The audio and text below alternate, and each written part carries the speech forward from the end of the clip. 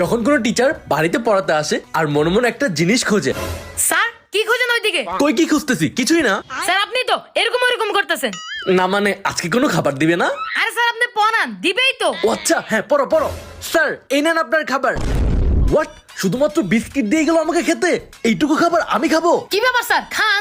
না, আজকে তোর পড়াশোনা শেষ, আজকে তোকে আর পড়াবো না। স্যার মাত্র 15 মিনিট পড়াইলেন, আরো তো 45 মিনিট বাকি আছে। না, আজকে আমি পড়াবো না। আরে স্যার যা বাবা, স্যারের আবার কি হলো? পরের দিন পড়াতে আসার পরও স্যার মনে মনে খাবারগুলোই খুঁজতেছিল। তারপর যখন অনেকগুলো খাবার নিয়ে আসে তখন স্যারের অবস্থা ঠিক এরকম। আরে বাপরে, আজকে এতগুলো খাবার, সব খাবার আজকে খেয়ে ফেলবো। আজকে বিপ্লবকে আনলিমিটেড পড়াবো। স্যার 1 ঘন্টা তো শেষ, এখন আমরা পড়া বাদ দিই। কিসের 1 ঘন্টা শেষ? এখনো 5 মিনিট বাকি আছে, পড়ো। এই 5 মিনিটে সব খাবার তো আর খেতে পারবো না, তাড়াতাড়ি এগুলো পকেটে ঢুকাই। এই তো তোমার 1 ঘন্টা টাইম এখন শেষ, আর আমার খাওয়াও শেষ।